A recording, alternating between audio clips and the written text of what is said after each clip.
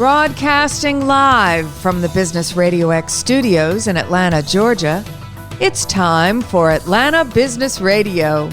Brought to you by OnPay, Atlanta's new standard in payroll. Now, here's your host.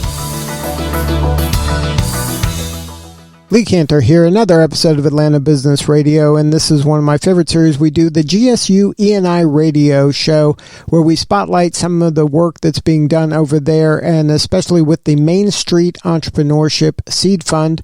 We have one of the founders on right now, Langston Thomas with Democratic Systems. Welcome. Thank you for having me. Happy to be here. Well, I'm so excited to learn what you're up to. Tell us about Democratic Systems, Inc. How you serving folks? Yes, so Democratic Systems Incorporated, or DSI for short, is a nonprofit organization that helps individuals and organizations ensure their efforts to support vulnerable communities have a systemic impact. Because if our solutions aren't intentional and sustainable, they aren't real solutions that actually address systemic inequalities and empower vulnerable communities in an effective way. And so that is our ultimate mission. And we have two primary goals. One, raising the consciousness of society about what a democracy is, how elected officials should function in a democracy, and how citizens can adequately hold leaders accountable in order to make our democracy function as we want it to. That's our first primary goal. And then the second goal is to develop our collective capacity as citizens to address the roots of systemic inequalities and develop solutions that truly produce the societal outcomes that we desire. So what was the genesis of the idea? How did this come about? Yeah, so growing up, I was actually a math guy, performed well academically, was always very curious, but through various encounters with different forms of oppression in my personal life and the environments that I was in, seeing the situations that people around me were going through, I became really curious as to why myself and other people were going through these situations that we didn't create. And despite our efforts to overcome these different hurdles, it seemed like different elements of society were beating us down and undercutting our ability to progress. And so it wasn't until high school when I took AP US Government where I learned about the history of institutional oppression and how a lot of the situations that I'm seeing and that people around me were going through weren't the result of fate or chance, or the situations that people were going through weren't because of their individual flaws, but instead there were systems and institutions that have been in place for a very long time that create these environments that make people suffer and undermine their agency. And so when I graduated high school, I was determined to understand the roots of systemic inequalities in American democracy and try to develop solutions that would create real change in our lifetime. So when you were doing your studies, were you looking at only America, or were you looking at all the countries in, throughout history? That's a great question. So when I started at Grinnell College, I was primarily focused on the United States. And, I immediately got into grassroots organizing as a primary pathway to pursue change while also studying political science. That's what I majored in undergrad, and that's what I'm getting my Ph.D. in now at Georgia State. But through my studies, my focus shifted from the U.S. to democracy around the globe.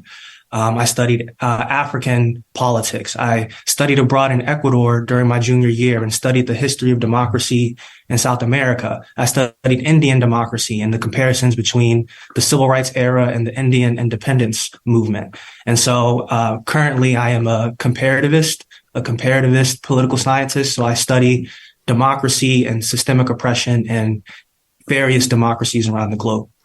So which country is kind of the gold standard that you're aspiring America to be? That's an interesting question. To be honest, based on what I've been learning, especially in the Ph.D. program, I don't know if there is a gold standard. Actually, there isn't a gold standard. And America has very wonderful ideals that it has pulled from, that has continued to fuel, the functioning of our government till this day. But the issue is, despite the words and the promises that American democracy was founded on, the application of those ideals have really never played out as they should have. And that same situation is really mimicked around the entire globe. And so that's a hard question to answer. It doesn't really seem like any democracy has actually implemented its values in a way that's manifesting across society for the masses. But aren't all of the, whether it's a democracy or another form of government or republic, isn't it what the outcome, like what's the outcome you desire? The method of government is just the means to get there. 100%. So the desired outcome is for all citizens, no matter their identities, no matter their background, no matter what cards they were dealt with and they were dealt initially in life, have their basic necessities met, access to quality education, clean water, a safe community to grow up in, an education that would allow them to pursue their passion and to participate in their democratic responsibilities in an informed and empowered way so that they can hold their elected officials accountable and produce the societal outcomes that will allow everyone in society to benefit from democratic rights and liberties. So that is the ultimate goal. And of course, as you said, the system of government is the way to get there, but that requires the government to have a certain set of ideals, have a certain set of rules and regulations, and then follow through on the implementation for everyone. And that is the piece that has been missing in American society and in many other democracies as well. That is where the key breakdown has been. How are the outcomes decided and then prioritized? Well, really, that's the benefit and the beauty of a democracy. The people are supposed to decide.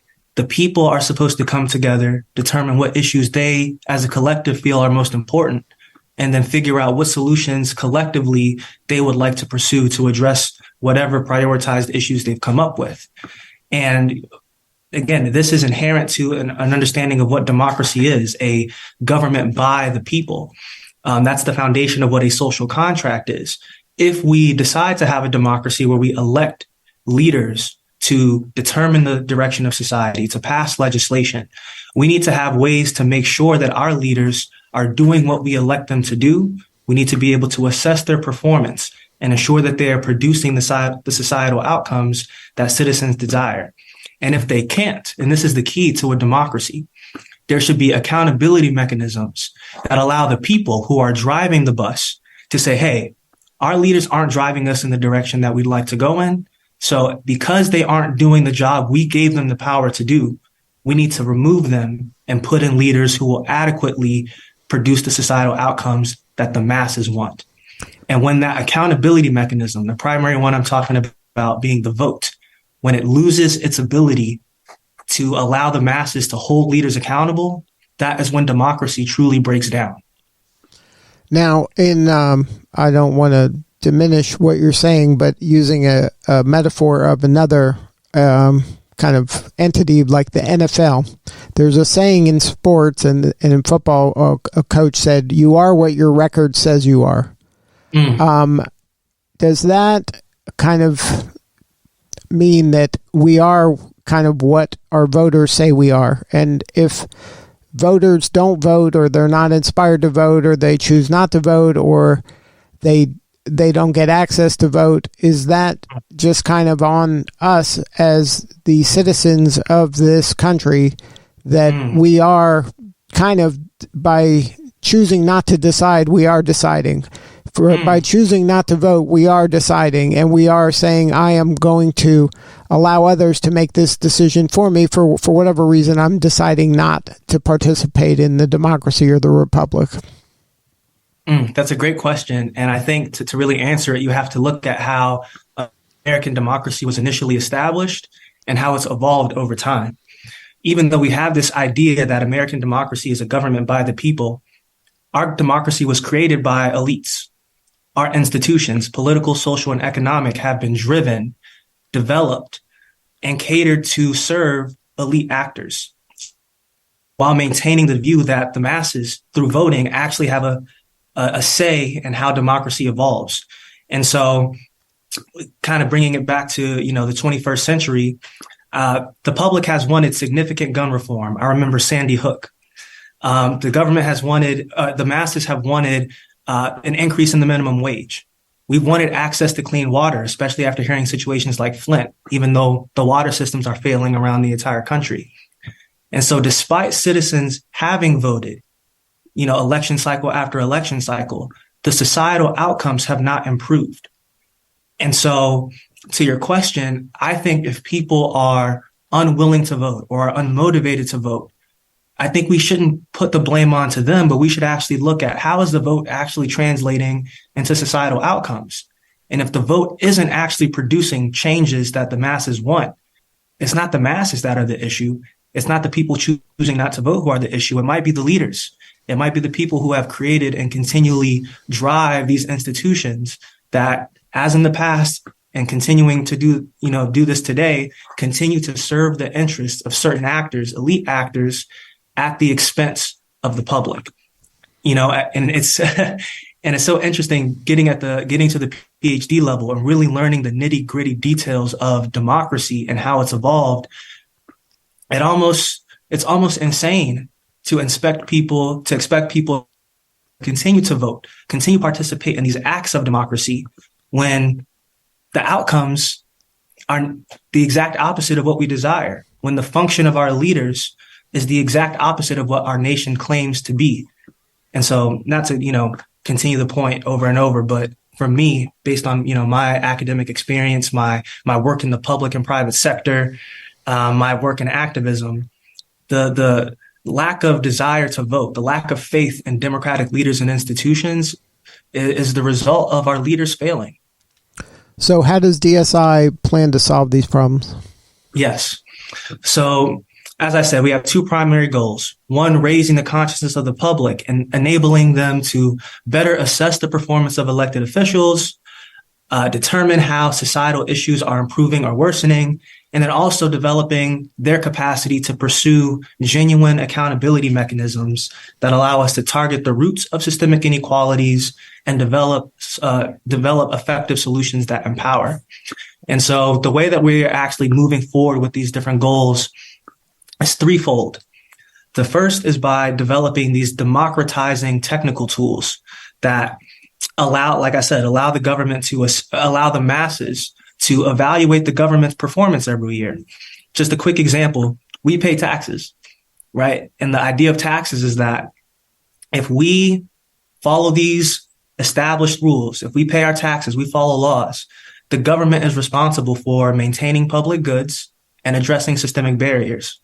And acknowledging this responsibility, yes, the government collects taxes, but they also collect and release data every year on how homelessness is improving or worsening in every state across the country, how access to clean water, how food insecurity, how community infrastructure are improving or worsening in every state around the country. But if you or I try to go see, wow, we knew Flint, Michigan was really bad. I wonder how water systems have been improving or worsening in Georgia. There is no simple or digestible way for any average person to go find that information, even though the government collects and releases that data every year.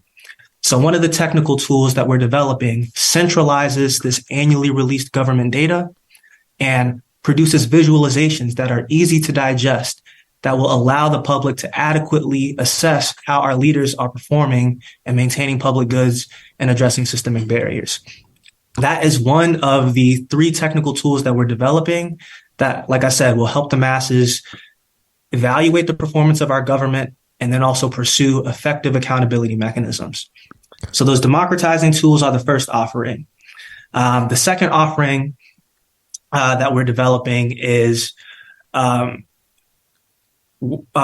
developing a systemic impact and measurement system. So we've been working with different academic institutions, nonprofits, and data science organizations that understand this situation, understand that for some reason, despite the resources and knowledge that we have, these societal issues are not improving. And so we're working with these different organizations to say, okay, what is your mission? What communities do you seek to serve? And what does systemic impact look like for you in this particular context? And how can DSI help you all better develop a strategy to achieve the impact that you want? How can we help you measure that impact? And then how can we collect feedback to ensure that the efforts of your organization are producing the outcomes that you want for the communities you seek to serve? So we're partnering with different organizations to develop these systemic measurement and impact tools that will better help nonprofits, activist organizations, and other groups develop a key strategy for empowering and tracking their progress. So that's the second offering that we're in the process of developing. And the final offering that we are working on at the moment is trying to create intentional gathering spaces for people who understand that Democrats and Republicans, these democratic institutions, are not doing their job in uplifting the masses. And in order for us to actually move forward and address the issues in our community, we need to come together as citizens, like we were sort of alluding to earlier. We need to take the responsibility onto ourselves, come together and figure out what resources do we have and what solutions can we develop that will adequately address the needs of our communities. And so we're working with a local organization in Atlanta, Mental Dialogues, to explore how can we create these intentional gathering spaces that allow community members to utilize their knowledge, their resources, and their passion to address these issues that are not being adequately addressed by the government. And so with these three offerings, and I know that's a lot, but with these three offerings, we are trying to raise the consciousness of the public about what a democracy should function like and how it has broken down decade after decade, while also empowering the masses to pursue and develop alternative solutions that effectively address our needs so that we can create the American democracy, create the social, political, and economic institutions that we desire so that we can have the healthy, functioning democracy that we all want. So if somebody wants to learn more, get a hold of you and learn about ways to connect and engage, what is the coordinates? Yes, if you check out our website, democraticsystems.org, there is a contact us button that would allow you to send us a message. If you look up Langston Thomas on LinkedIn or Democratic Systems Inc. on LinkedIn, Facebook, you will find me and you can send me a direct message. Also, if you're on Instagram, I just got on Instagram. I'm an old soul. But if you look up Democratic Systems on Instagram, you can also follow us, send me a direct message. I am very much open to having discussions, collaborating, and exploring how we can address community issues in an intentional and sustainable way. So I encourage anyone who is serious about empowering vulnerable communities and improving American democracy to reach out to me in any way you feel. Well, thank you so much for sharing your story. You're doing important work, and we appreciate you. Thanks for having me. I appreciate your time. All right, this is Lee Cantor. We'll see you all next time on GSU ENI Radio.